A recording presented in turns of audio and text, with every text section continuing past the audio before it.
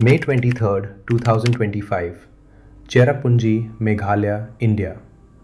The National Disaster Response Force received a report about a couple missing during their honeymoon. The husband was Raja Raghuvanshi, 29, a businessman from Indore, Madhya Pradesh. The wife was Sonam Raghuvanshi, 25. They had gotten married just 12 days earlier. 10 days later, a drone from the search team spotted something at the bottom of a deep gorge in Sora. It was Raja's body. Sonam was still missing. But as investigators started tracing every clue, they found out this was no accident, not a robbery, and Sonam was not the victim. So what actually happened during that fateful honeymoon? Raja Raghuvanshi was born and raised in Indore, one of the busiest cities in Madhya Pradesh. At 29, he was building up his business step by step, exactly the way he did everything in his life: steady, patient, never in a rush. People who knew Raja described him with the same words again and again: honest, hardworking, would never harm anyone. Raja's brother, Vipin Raghuvanshi, later stood before the press and said Raja was the most trustworthy younger brother he'd ever known. Someone who, when you needed him, was there. No questions asked, no expecting anything in return. Raja got married in May 2025. He had no idea he only had 12 days left to live. On May 11, 2025, Raja and Sonam got married in Indore, amid celebrations from both families. Guests turned up in full strength. There was laughter all around. It was a day everyone thought would mark the beginning of a happy life. Sonam, 25, looked like a happy bride stepping into a new life. Her family loved her. Her friends showered her with blessings. Neither family could have imagined that behind that wedding day smile was a plan already set in motion.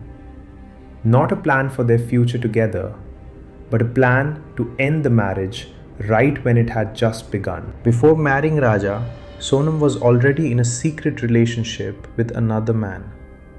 His name was Raj Singh Kushwaha. He worked at a company run by Sonam's brother in Madhya Pradesh. According to Meghalaya police, just 4 days after the wedding, Sonam went back to her parents' home and started planning with Raj Kushwaha over the phone. This wasn't a plan to run away, not a plan to get divorced. It was a plan to kill Raja during the honeymoon. Do you understand what that means? The ink on the marriage certificate hadn't even dried yet, and the wife had already started planning her husband's death. On May 20th, 2025, Raja and Sonam left Indore for Meghalaya. According to police allegations, Sonam cleverly convinced Raja to go to Meghalaya by saying they'd visit the Kamakhya temple, one of India's most sacred temples. Raja trusted his wife and agreed. On May 22nd, the couple reached Maulakhyat village near Cherrapunji and began the trek down nearly 3,000 steps to reach the famous double-decker living root bridge at Nongriat, one of India's most beautiful tourist spots. They spent the night at a homestay in Nongriat. That night, nobody knew that 3 strange men were closing in on them. On the morning of May 23rd, 2025, Raja and Sonam checked out of the Nongriat homestay and began their journey back to Maulakhyat. This was the last time anyone saw Raja alive. At 1:43 p.m., Sonam made a call to her mother. That was the last call. After that, both phones went off. Both families couldn't reach them and filed a missing persons report the same day. According to police allegations, it was during this return journey that 3 hired killers, coordinated by Raj Kushwaha, approached Raja and Sonam near the Way Saudong viewpoint. Raja never got the chance to know what was happening. The search operation went on for days, involving Meghalaya police, local forces, and residents of the area. On June 2nd, 2025, a National Disaster Response Force drone spotted a man's body at the bottom of a deep gorge below the Wei Saodong waterfall in Sora. Raja's brother, Vipin Raghuvanshi, identified his younger brother through a tattoo on his right arm. It was Raja.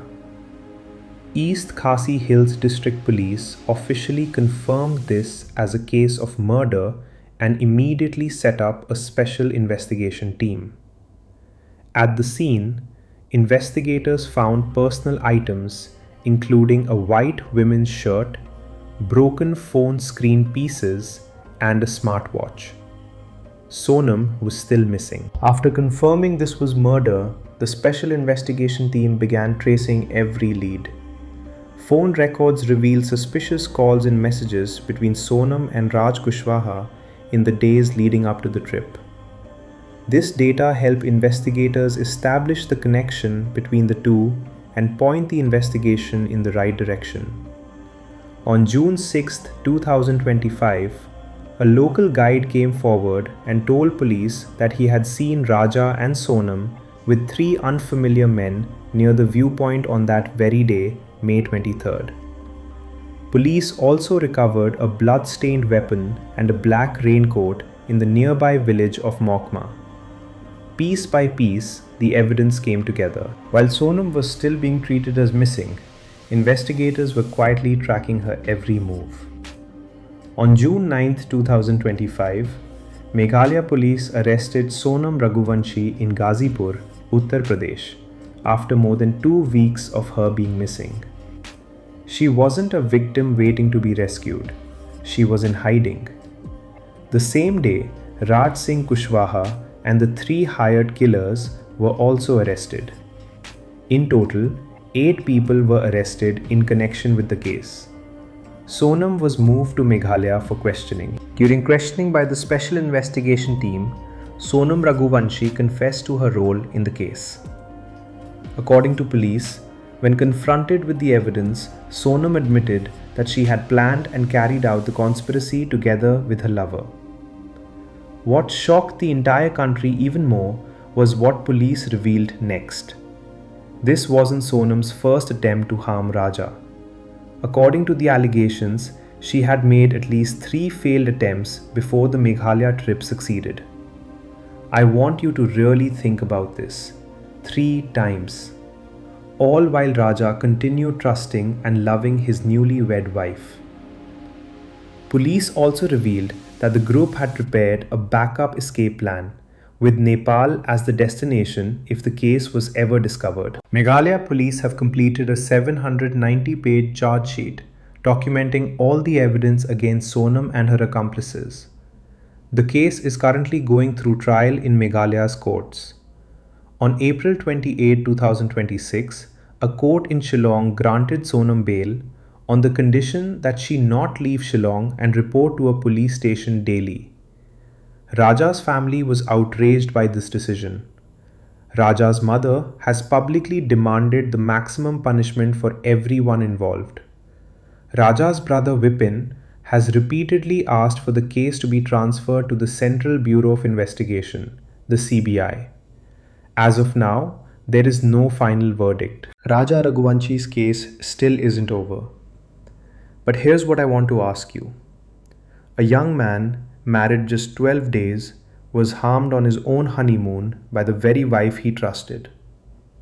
According to the allegations, this plan was set in motion even before the wedding took place. Given how serious this case is, what do you think the final verdict from the Indian courts should be? And another question.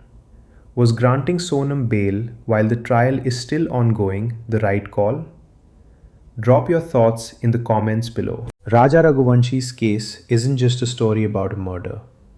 It's a story about betrayal at the deepest level a human relationship can experience. The first lesson is about listening to your gut. Warning signs usually exist before tragedy strikes. In this case, just 4 days after the wedding, Sonam had already started planning. The signs were there. but nobody saw them soon enough. The second lesson is about the power of digital evidence. Phone records, witness testimony, and location data became the most crucial pieces of the entire investigation. In today's world, every action leaves a trace. And finally, this case is a reminder that the most beautiful places, the most special moments in a person's life, can sometimes be where the darkest secrets are hidden. Raja Raghuvanshi deserves to be remembered, not for how he died, but for who he was: a son, a brother, a young man who had just begun a new chapter of his life. Remember his name, Raja Raghuvanshi.